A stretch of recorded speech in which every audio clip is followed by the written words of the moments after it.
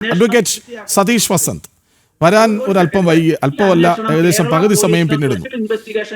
കാരണം ഈ മൂന്ന് പേരും കൃത്യമായി വിരൽ ചൂണ്ടിയത് ശബരിമലയുടെ വ്യവസ്ഥയില്ലായ്മ, അച്ചടക്കമില്ലായ്മ, അഴിമതി, അതിലേക്കൊക്കെയാണ് വിരൽ ചൂണ്ടിയത്. അങ്ങ് മറുപടി പറയണം. നോക്കൂ, ദേവസ്വം കമ്മീഷണറായിരിക്കുന്ന ഒരാൾ അതിനുശേഷം അധികം വൈകാതെ, ഈ എൻ വാസു മുൻപൊരു വാർത്താ സമ്മേളനം നടത്തി പറഞ്ഞത്, ഞാൻ ഇറങ്ങിയതിന് ശേഷം കയറുന്നതിന് മുൻപ് അപ്പോഴാണ് ഇത് സംഭവിച്ചത് എന്നാണ്. മാത്രമല്ല, ഈ മെയിൽ വന്നിട്ടില്ല എന്ന് ആദ്യം പറഞ്ഞു, പിന്നീട് അത് വന്നു എന്ന് സ്ഥിരീകരിക്കുകയും ചെയ്തു. ഒരാൾ ദേവസ്വം കമ്മീഷൻ സ്ഥാനത്ത് നിന്ന് മാറി ഉടൻ ദേവസ്വം പ്രസിഡന്റായിട്ട് വരണമെങ്കിൽ അത്രത്തോളം സ്വാധീനം CPM-ൽ ഉള്ളത് കൊണ്ടല്ലേ? CPM-നറിയാം എൻ വാസു ദേവസ്വത്തിൽ പിടിമുറുക്കിയിരുന്നാൽ എന്ത് സംഭവിക്കുമെന്ന്. ആ സംഭവിക്കുന്നതിൻ്റെ ഭാഗം എങ്ങനെ വന്നു ചേരുമെന്ന്. നോക്കൂ, ഈ എൻ വാസു എന്നയാൾ പ്രഥമ ദൃഷ്ട്യാ കൊടും കുറ്റവാളിയല്ലേ? കൃഷ്ണരാജെ, നിങ്ങളെല്ലാം പറഞ്ഞത് സംസാരിച്ചിരിക്കണം കേട്ടു. ഇപ്പം നോക്കൂ, നിങ്ങൾ കൃഷ്ണരാജ ആദ്യം തുടങ്ങുമ്പം തന്നെ പറഞ്ഞു, ശ്രീ മുരാരി ബാബു, ശ്രീ സുധീഷ് എന്നിവരൊക്കെ എന്ന് പറയുന്നത് CPM-ൻ്റെ സന്തത സഹചാരികളും അതുപോലെ ബ്രാഞ്ച് സെക്രട്ടറി എന്നൊക്കെയാണ് നിങ്ങൾ പറഞ്ഞു വന്നത്. സെക്രട്ടറി അല്ല, ബ്രാഞ്ച് അംഗം അല്ല, ബ്രാഞ്ച് അംഗം എന്നൊക്കെ പറഞ്ഞാണ് നിങ്ങൾ തുടങ്ങിയത്. നോക്കൂ, ഇവിടെ എന്ന് പറയുന്നത് ശ്രീ അയ്യപ്പൻ്റെ, ശബരിമല ശാസ്താവിൻ്റെ സ്വർണം അടിച്ചുകൊണ്ട് പോയ ആൾക്കാർ, അത് CPM-ൻ്റെ ഏത് ഉന്നത നേതാവായിരുന്നാലും ഈ CPM-ഓ അല്ലെങ്കിൽ LDF സർക്കാരോ ഒരു കാരണവശാലും അവരെ സപ്പോർട്ട് ചെയ്യുന്നതല്ല. ഇനി വേറൊരു കേസെന്ന് പറയുന്നത് SIT. നിങ്ങൾ സ്പെഷ്യൽ ഇൻവെസ്റ്റിഗേഷൻ ടീം ആരാണ് കോൺസ്റ്റിറ്റ്യൂട്ട് ചെയ്തത്? ബഹുമാനപ്പെട്ട ഹൈക്കോടതിയുടെ നിർദ്ദേശപ്രകാരമാണ് നല്ല പോലീസ് ഓഫീസറെ കൂട്ടിയിണക്കിക്കൊണ്ട് ഒരു SIT രൂപീകരിച്ചത്. അതിന് വിജിലൻസിനകത്തുണ്ടായിരുന്നവർ അതിലുണ്ട് ഇല്ല, അദ്ദേഹത്തിനൊക്കെ മാറ്റിയിട്ടുണ്ട്. നിങ്ങൾ ഇത് നേരത്തെ ഇല്ല, ആരുമില്ല. അങ്ങനെയുള്ള ഒരാൾക്കാരും ഇന്ന് SIT ടീമിൽ നിങ്ങൾ പറഞ്ഞ നേരത്തെ ആദ്യം ഉണ്ടായിരുന്നു. അവർക്കെതിരെ പരാതി വന്നപ്പോൾ അവരെ മാറ്റി. പരാതി വന്നപ്പോൾ മാറ്റി. അല്ല, അത് സ്വാഭാവികമായി വരുമല്ലോ. ആ രണ്ട് ഉദ്യോഗസ്ഥന്മാരെയും മാറ്റിക്കൊണ്ടാണ് പുതിയ ആൾക്കാരെ കോൺസ്റ്റിറ്റ്യൂട്ട് ചെയ്തത്. നോക്കൂ, ഇതിന് ഏത് ഒരു കേസും ഇൻവെസ്റ്റിഗേഷൻ നടത്തുന്നതിന് അതിന് ചില കാരണങ്ങളുണ്ട്. ഇപ്പം നേരത്തെ പറഞ്ഞു തന്നത് സുബ്രഹ്മണ്യം പോറ്റി ഇത് അഴിച്ചാടി വിട്ടിട്ടുണ്ട്, അദ്ദേഹത്തിനെ അറസ്റ്റ് ചെയ്യുന്നില്ല. SITക്ക് അതിന് തക്കതായ കാരണം കാണും, അത് നമുക്കറിഞ്ഞൂടല്ലോ. അദ്ദേഹത്തിന് അറസ്റ്റ് ചെയ്തപ്പോഴത്തേക്ക് അടുത്തതാണ് പറയുന്നത് ശ്രീ മുരാരി ബാബുവിനെ അറസ്റ്റ് ചെയ്യുന്നില്ല, ഇതെന്തോ പ്രശ്നമുണ്ടെന്ന്. അപ്പോൾ പൊതുസമൂഹം ചൂണ്ടിക്കാട്ടുന്ന എല്ലാവരും അറസ്റ്റ് ചെയ്യുമെന്നാണോ? അല്ല, ഞാൻ പറയുന്നത് അത് തെറ്റിദ്ധാരണയല്ലേ.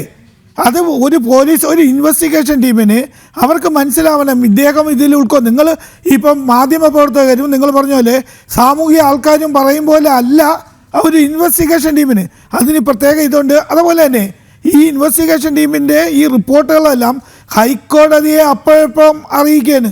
നിങ്ങളൊന്ന് മനസ്സിലാക്കണം. പിന്നെ ഹൈക്കോടതി തന്നെ പ്രത്യേകം ഒരു ജഡ്ജിയെ വെച്ചുകൊണ്ട് അമിക്കസ് ക്യൂറിയെ വെച്ചുകൊണ്ട് വേറൊരു അന്വേഷണം നടത്തുകയാണ്. അപ്പോൾ ഈ രണ്ട് അന്വേഷണങ്ങളും വന്ന് നിൽക്കണം. അതിൽ ഇടതുപക്ഷ സർക്കാരിനൊന്നും ഇതിലൊന്നും കാരണമില്ല. നോക്കൂ, ഇത് ഇപ്പോൾ ക്ഷേത്രങ്ങൾ നേരത്തെ എന്താണ് പറഞ്ഞത്? ഇപ്പോൾ BJPയുടെ വക്താവും പറയുന്നുണ്ട് ക്ഷേത്രങ്ങളിലെ കൊള്ള മുതലെല്ലാം ഇപ്പോൾ CPM അതുപോലെ കോൺഗ്രസിൻ്റെ വക്താവൊന്നുമല്ല, ഞാൻ CPM-ൻ്റെ ഇടതുപക്ഷത്തിൻ്റെ ഇത് പറയുന്നത്. അങ്ങനെ ഒരു സംഭവമുണ്ട്. ബഹുമാനപ്പെട്ട രാധാകൃഷ്ണ സാർ ഇരിക്കണം. 1947 വന്നപ്പോഴത്തേക്ക് ക്ഷേത്രങ്ങളെല്ലാം ഒരു കവനൻ്റ് ലിഖിതപരം അത് ഒരു ഇത് സർക്കാരിനെ ഏൽപ്പിച്ചിട്ടുണ്ട്. അതെങ്ങനെയാണ്? മൈനറും അതുപോലെ തന്നെ അതിൻ്റെ ഗാർഡിയനായിട്ട് മാത്രമേ ഇവർക്ക് നിൽക്കാൻ പറ്റുള്ളൂ. അല്ലാതെ അവരൊക്കെ പ്രവർത്തിക്കാൻ പറ്റില്ല. ഒരു സർക്കാരിനൊന്നും അതിനകത്തൊന്നും കയറാൻ പറ്റില്ല. അതുപോലെ തന്നെ സർക്കാർ അമ്പലത്തിൽ നിന്നുള്ള പൈസ ഒരു കാരണവശാലും നമ്മൾ സർക്കാരിനെടുത്ത് ദുരുപയോഗം ചെയ്യാൻ പറ്റില്ല. കൃഷ്ണദാസേ, ഇതൊക്കെ ജനങ്ങളെ പറ്റിക്കുകയാണ്. ജനങ്ങളടുത്ത് തെറ്റിദ്ധാരണ പരത്തുന്ന ഒരു സംഭവമാണ്. നിങ്ങളൊന്ന് മനസ്സിലാക്കണം. അപ്പോൾ ഇതെന്ന് പറയുന്നത് കാലാകാലങ്ങളിൽ ഇപ്പം നിങ്ങൾ പറഞ്ഞ പോലെ ഒരു നിമിഷം പറയൂ, വ്രതമെടുത്ത് മാലയിട്ട്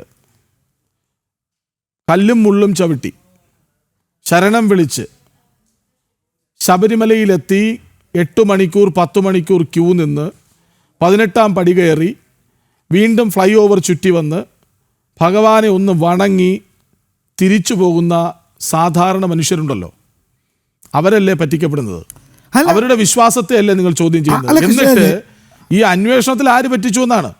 അല്ല കൃഷ്ണരാജ്, ഞാൻ പറയുന്നത് ഇത് ആര് ചെയ്താലും, ഞാൻ പറയുന്നത് ഇത് ആര് ചെയ്താലും അത് തെറ്റുകൾ തന്നെ അത് ശിക്ഷിക്കപ്പെടണം, പിടിക്കപ്പെടണം.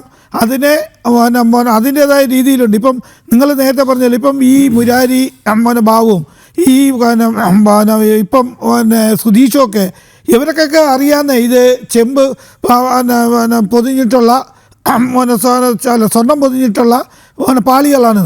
അത് കഴിഞ്ഞപ്പോൾ നേരത്തെ പറഞ്ഞ പോലെ ഇപ്പോൾ ഒരു പ്രസിഡന്റ് വരുമ്പോഴത്തേക്ക് ആ പ്രസിഡന്റ് നമ്മൾ അറിഞ്ഞുകൂടാ, അദ്ദേഹത്തിന് 2 വർഷമേ അതിൻ്റെ കാലാവധിയുള്ളൂ. നിങ്ങളൊന്ന് മനസ്സിലാക്കണം.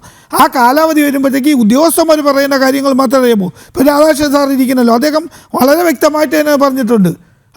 അതെന്ന് പറയുന്നത് പുതിയൊരു പ്രസിഡന്റിനെ അറിയാൻ പറ്റത്തില്ല. അല്ല, അത്രയും റിസ്ക് പിടിച്ച ഒരു സംഭവത്തിലേക്ക് ചെന്ന് കയറുന്നത് എന്തിനാണ്?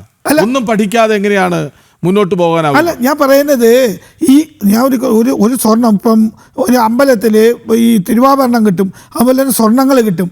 ആ സ്വർണ്ണങ്ങളെല്ലാം പ്രത്യേകം ഒരു ഫയലാക്കി അത് വച്ചുകൊണ്ടിരിക്കുകയാണ്. ഇപ്പോൾ ഇരിക്കുന്ന പ്രസിഡന്റ് നേരെ ചെന്ന് ചോദിക്കാന് അവിടെ എത്ര സ്വർണ്ണം ഉണ്ടെന്നൊന്നും നോക്കൂല. അതിനൊക്കെ എന്ന് പറഞ്ഞാൽ അവിടുത്തെ എക്സിക്യൂട്ടീവ് ഓഫീസറും അവിടുത്തെ ഓഫീസറും ഒക്കെ നമ്മൾ പറയുന്നത്. അല്ല, അതാ ഞാൻ പറഞ്ഞു, അതാണ് ഇതിലൊരു പാളിച്ചത്. ഇതൊക്കെ എന്ന് പറയുന്നത് ഡോക്യുമെന്റേഷൻ ആക്കാനുള്ള ഒരു സമയം. ഇപ്പോൾ എല്ലാം മാനുവലാണ്. ഞാൻ പറയുന്നതെന്ന് വെച്ചാൽ ഇതൊക്കെ ഡോക്യുമെന്റേഷൻ ആക്കി ഒരു കാരണവശാലും ധർമ്മശാസ്ത്ര നേരത്തെ കൃഷ്ണരാജ് പറഞ്ഞ പോലെ 41 ദിവസം വ്രതം എടുത്തുകൊണ്ട് പോകുന്ന ഭക്തജനങ്ങളിടുന്ന കാശ് കൊണ്ട് യവന്മാരൊന്നും രക്ഷപ്പെടാൻ പാടില്ല. അത് ആരായിരുന്നാലും ശരി തന്നെ. അതൊരു സർക്കാരിൻ്റെ ഒരു ദൗർബല്യം. നോക്കൂ, ഇനി സർക്കാർ ഇതിൽ ഇടപെട്ട എന്താണ് പറയുന്നത്? ഹിന്ദു ക്ഷേത്രങ്ങളിലെല്ലാം ഇടതുപക്ഷ സർക്കാർ കൈകാര്യം ചെയ്യാൻ പോകുന്നതാണ്. ഇത് വേറെ വിശ്വാസമില്ലാത്തവർ ശബരിമല നടയിൽ പോയി നിന്നാൽ കൈ ഇങ്ങനെ താഴേക്ക് കൂട്ടിപ്പിടിക്കുന്നവർ എന്തിനാണ് നീ റിസ്ക് ഒക്കെ? ഞാനൊരു കാര്യം പറഞ്ഞ് തിരിച്ച് ഞാൻ ചോദിക്കുന്നത്, ഇപ്പൊ തൊട്ട് മുമ്പ് സംസാരിച്ച എങ്ങനെയാണ് തൊഴിലെങ്കിൽ പറയും അത് അമിത മദ്യ. ഞാൻ ചോദിക്കട്ടെ, താങ്കൾക്ക് എങ്ങനെയാണ്? അല്ല, ഞാൻ പറയുന്നത് കവർച്ച നടത്തിയിട്ട് അഭിനയിക്കുന്നു, മറ്റുള്ളവർ ഞങ്ങൾ ഇതല്ലെന്ന് നിരീശ്വരവാദികളാണ്, ആ വഴിക്ക് കിട്ടുന്ന ആക്ടിവിസ്റ്റ് വോട്ടുകളൊക്കെ വന്നോട്ടെ എന്ന് തീരുമാനിക്കുന്നു. എന്താണിത്? അല്ലല്ല, ഞാൻ പറയുന്നത് നിരീശ്വരവാദിയല്ല. നിങ്ങൾ തന്നെ പറയുന്ന ഒന്ന് രണ്ടുപേരും ഈ ആര് വിചാരിച്ചാലും ഇപ്പോൾ അമ്പലത്തിൽ ഇതെന്ന് വെച്ചാൽ കക്കാൻ വന്നവൻ അവൻ ഈശ്വര വിശ്വാസിയാണോ നിരീശ്വരവാദിയാണോ എന്നൊന്നും നോക്കൂല. കക്ക ഉള്ളവൻ അവൻ്റെ ജോലി എന്ന് വെച്ചാൽ കട്ടുകൊണ്ട് പോകുന്നത്. ഞാൻ പറയുന്നത് വെച്ചാൽ ഇതിനൊരു സിസ്റ്റമാറ്റിക്, ഇപ്പം ബഹുമാനപ്പെട്ട നേരത്തെ ഇരുന്ന രാധാകൃഷ്ണ സാർ ഇതിനെ പറ്റിയൊക്കെ വിവരണങ്ങൾ പറഞ്ഞു. ഇതൊക്കെ ഒരു സിസ്റ്റമാറ്റിക് ആക്കി കമ്പ്യൂട്ടറൈസ്ഡ് ചെയ്ത്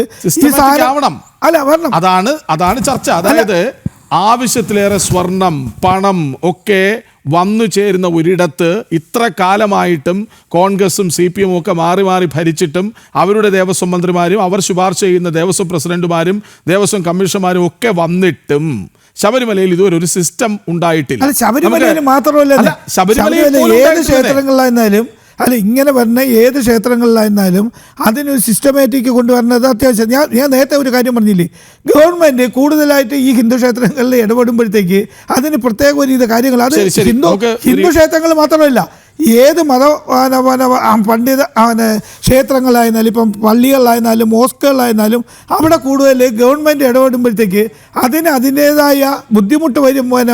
കൃഷ്ണരാജ്, നിങ്ങളൊന്ന് മനസ്സിലാക്കണം. അപ്പോൾ ഈ സർക്കാർ അതുകൊണ്ടാണ് ഇപ്പോൾ വഖഫ് ബോർഡ് തന്നെ, ഈ വഖഫ് ബോർഡിൽ ഇടപെട്ടപ്പോഴത്തേക്കുള്ള സംഭവം നിങ്ങളൊന്ന് മനസ്സിലാക്കൂ. എവിടെയൊക്കെ പോയി?